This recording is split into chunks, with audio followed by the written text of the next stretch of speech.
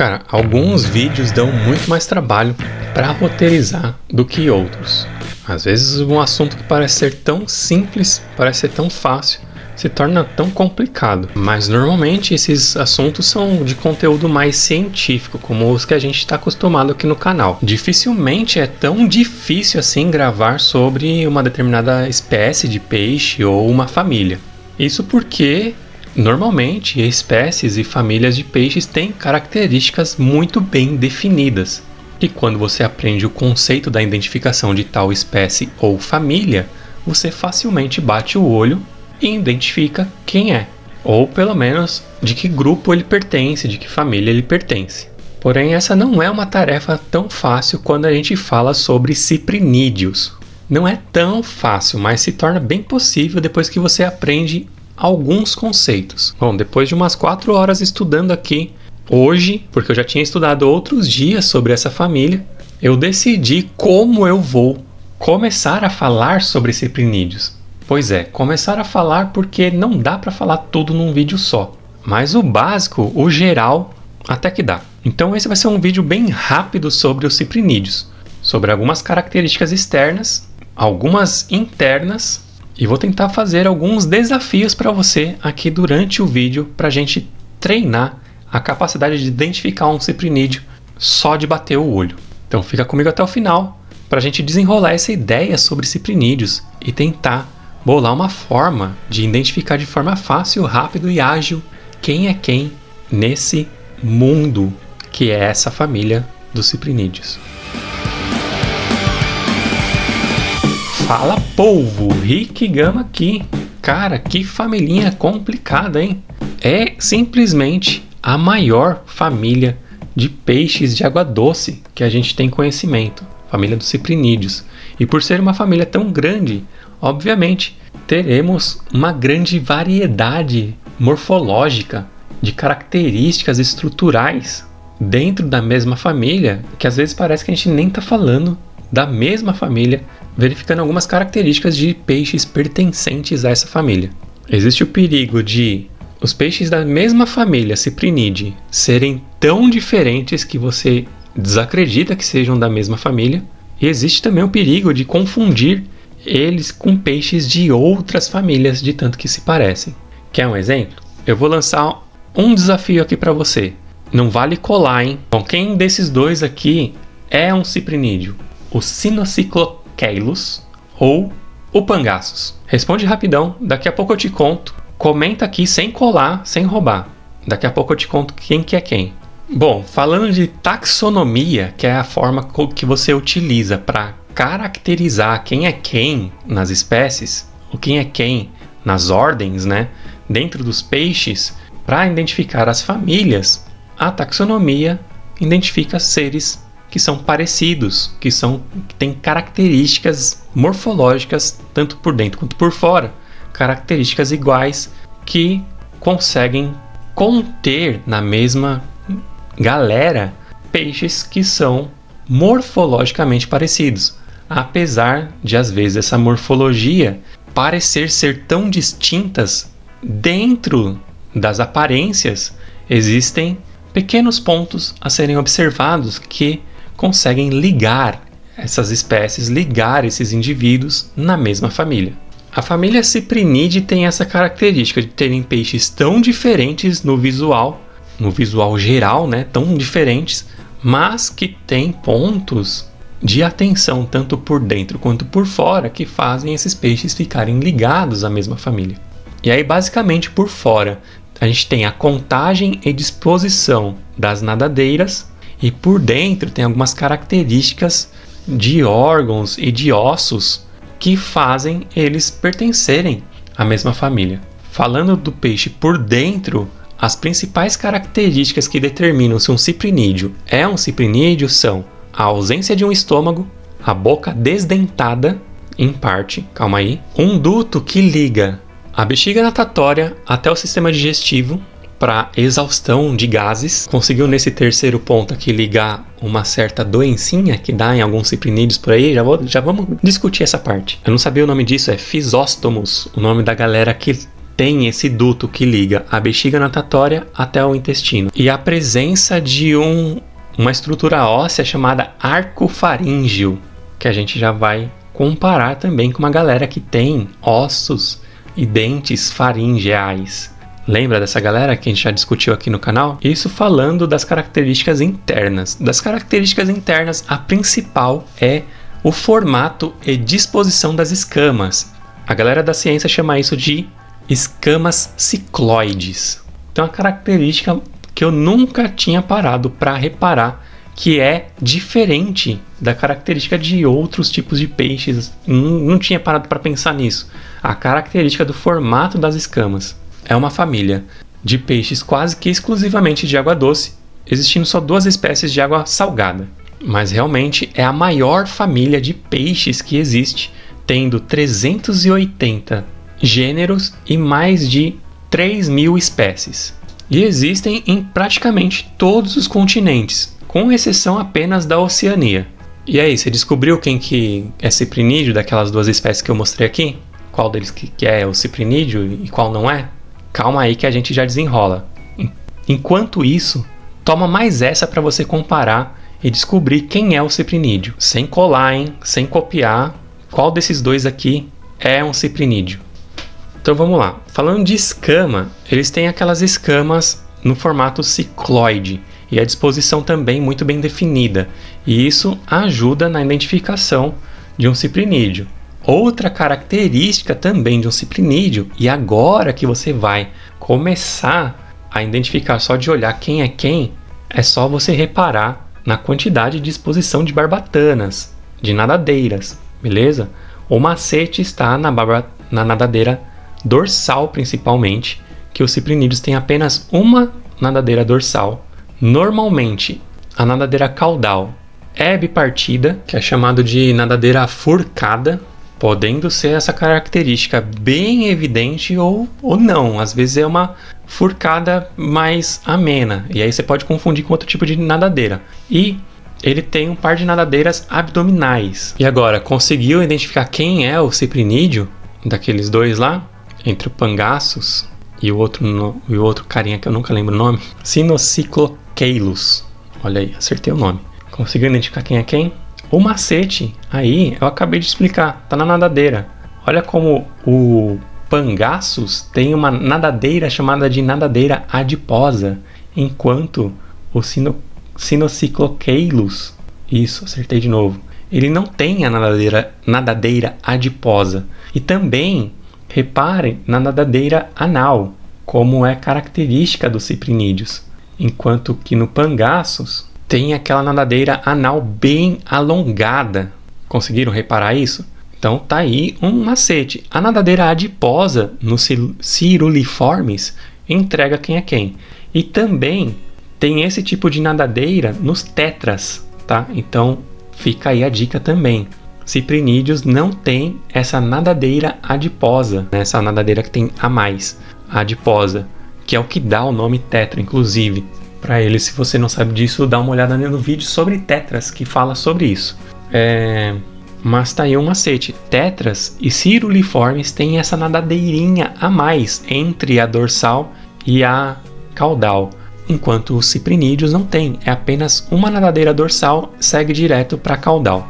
Sacou? Aí fica fácil também de identificar aquela segunda duplinha, né? Tanits e alguma espécie de tetra que eu coloquei aqui que eu não lembro qual que é. Mas tá aqui. Repara que o Tanits não tem essa nadadeira.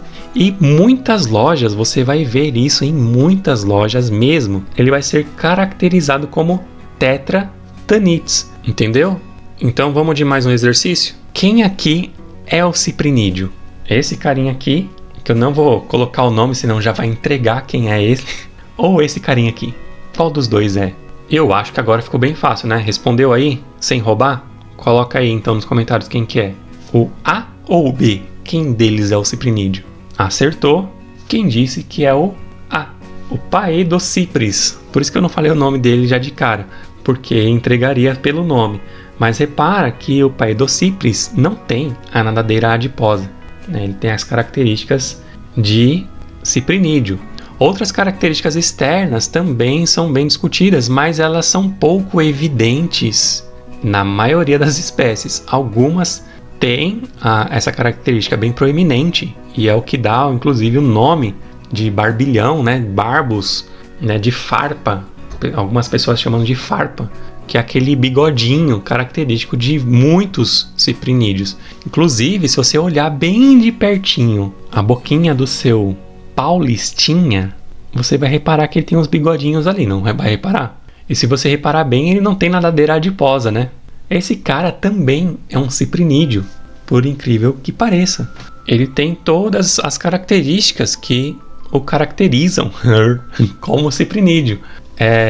Não tem estômago, tem a boca desdentada e tem, além das características externas, o barbilhãozinho, as nadadeiras. Ele tem uma característica óssea para mastigação, porque eles não têm dentes. E aí como eles fazem para processar o alimento? Os ciprinídeos têm dentes no arco faringeal, que é uma estrutura óssea que eles usam para triturar o alimento. E aí os dentes dispostos nessa estrutura vai depender da dieta dos ciprinídeos, porque varia muito a dieta dos ciprinídeos.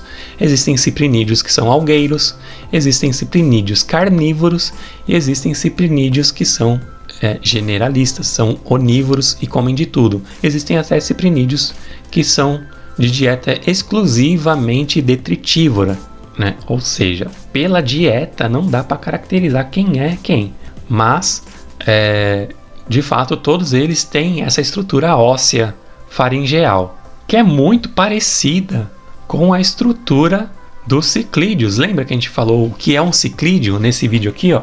Eu explico sobre os dentes faringeais, a mandíbula faringeal dos ciclídeos, e inclusive que cada tipo de ciclídeo, conforme a sua dieta, tem um tipo de dente disposto ali nessa estrutura.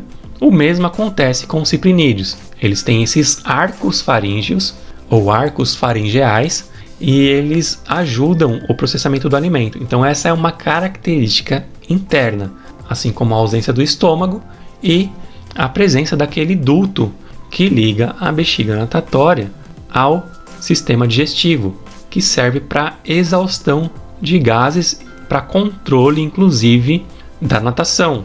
E aí, uma doença que é muito característica dos ciprinídeos, principalmente entre os quínguios e carpas, é justamente a doença da bexiga natatória, onde deixa o peixe totalmente sem controle da orientação do corpo. E aí ele fica de ponta cabeça, fica com aquele acúmulo de gases, a gente vai lá dar uma furadinha para tirar esses gases e fazer ele ter a natação normal, porque a natação normal, na posição normal, vai ajudar ele a se recuperar melhor. Isso é assunto para um outro vídeo, onde eu posso trazer essa questão de tratamento da doença da bexiga natatória nos quínguios. Não vai sair furando o seu peixe aí não, pelo amor de Deus. Depois a gente explica sobre isso.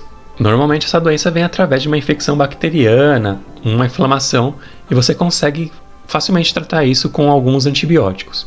Mas é uma doença que afeta diretamente esse duto, e aí por isso que ele fica com essa natação meio estranha. Bom, vamos de comparação de novo? Qual desses dois aqui é um ciprinídeo? Qual que é? Você sabe? Daqui a pouco a gente desenrola. Outra característica bem legal que a gente já discutiu em outro vídeo aqui do canal, que é esse daqui, ó, os peixes que falam, é que os ciprinídeos têm a bexiga natatória como órgão importante para escutar.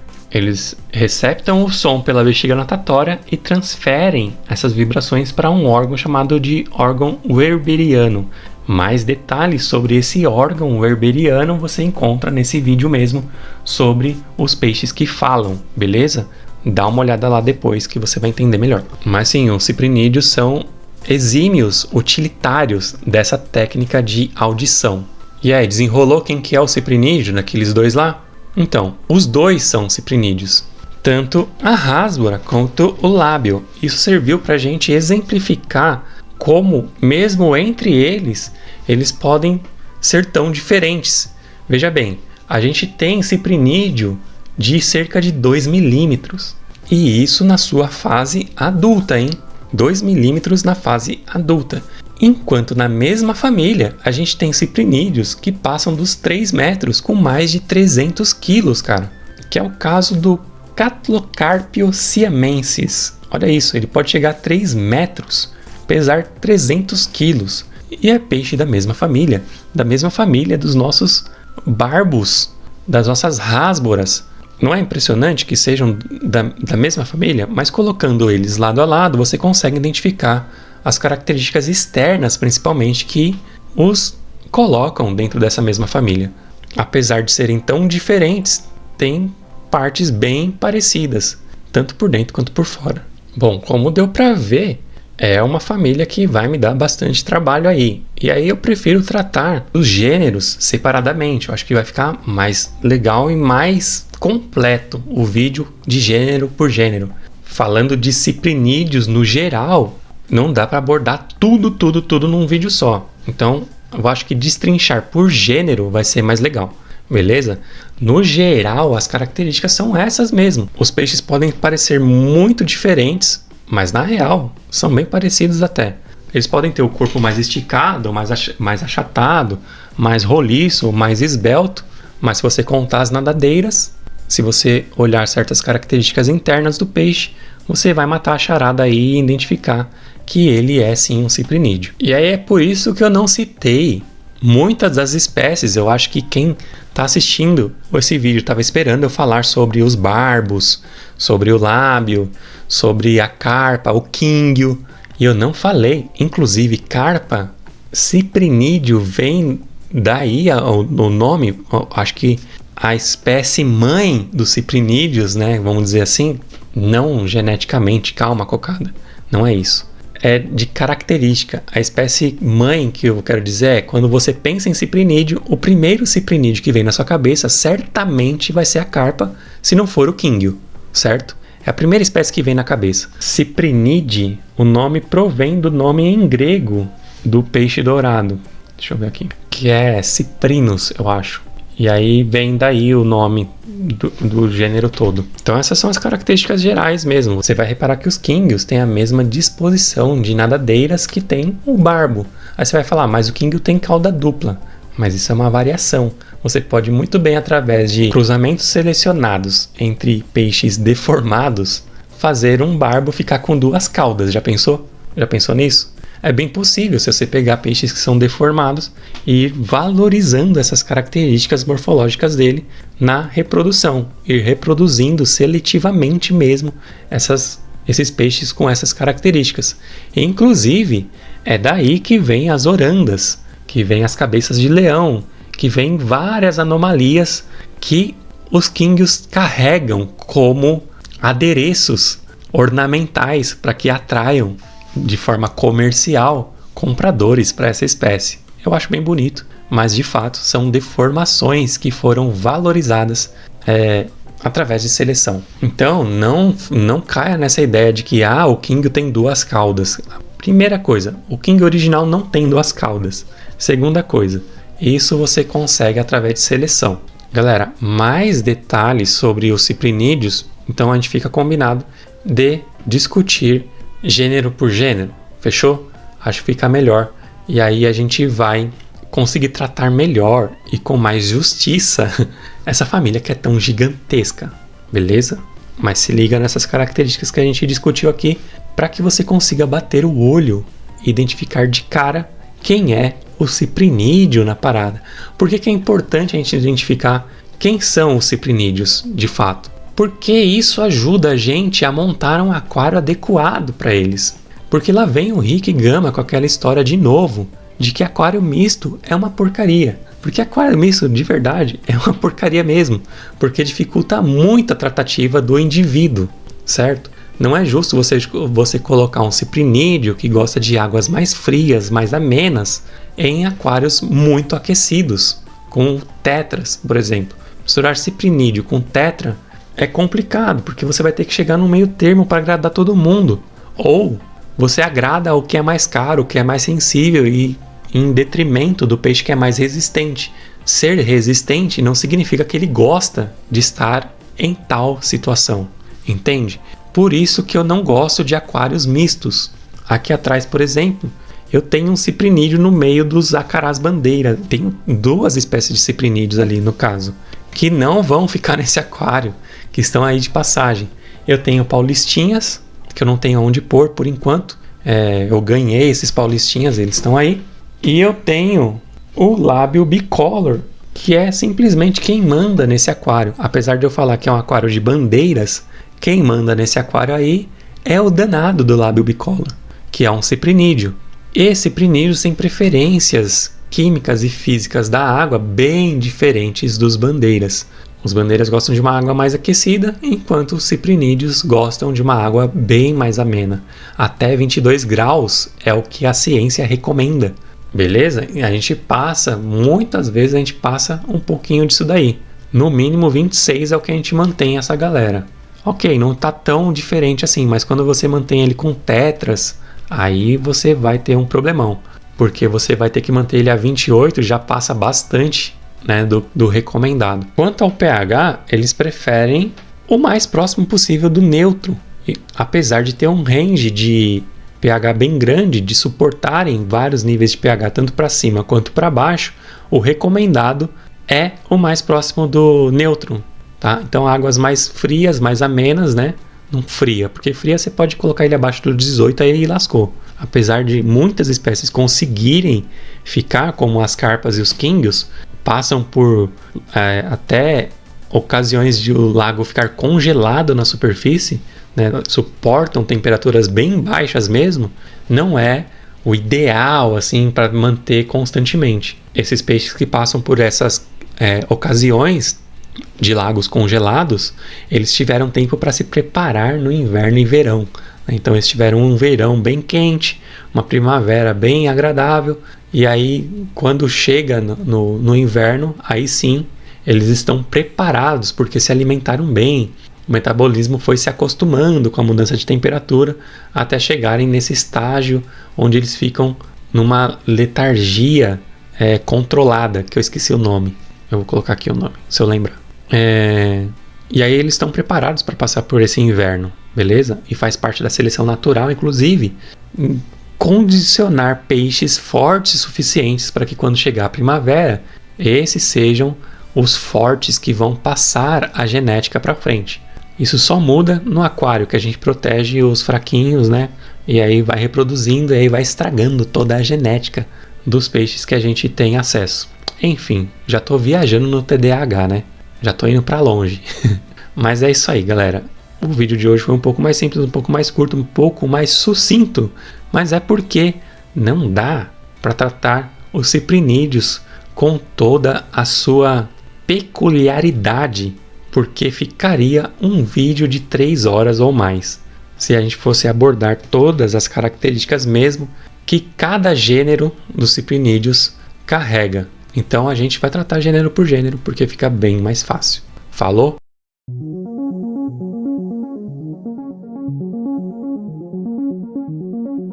Então eu espero que vocês tenham gostado mesmo assim desse vídeo mais simples, mais curto, mais rápido. E se você curtiu mesmo, demonstre aí, me dando um valeu demais, cara. Clica aí no botãozinho, coraçãozinho com cifrão no meio. E faça uma doação a partir de R$2 aqui pro canal, para ajudar o canal a se manter no ar e me manter motivado também a continuar produzindo conteúdo aqui para vocês. Se você gosta bastante desse canal, considere também se tornar membro através do botãozinho que tem aqui embaixo, escrito Seja Membro. E aí você vai poder participar de áreas exclusivas aqui do canal. Inclusive, esse é um tema que foi sugerido lá pelo pessoal do Clube de Membros, na nossa live exclusiva, tá? Então, membros têm acesso a uma live exclusiva, que acontece a cada 15 dias aproximadamente, tem acesso a vídeos exclusivos e tem acesso ao nosso grupo do Telegram, que a gente discute muitas coisas bacanas lá nesse grupo também. Fechou? Bom, então é isso, né? Chega! Ai, meus barbilhões, viu?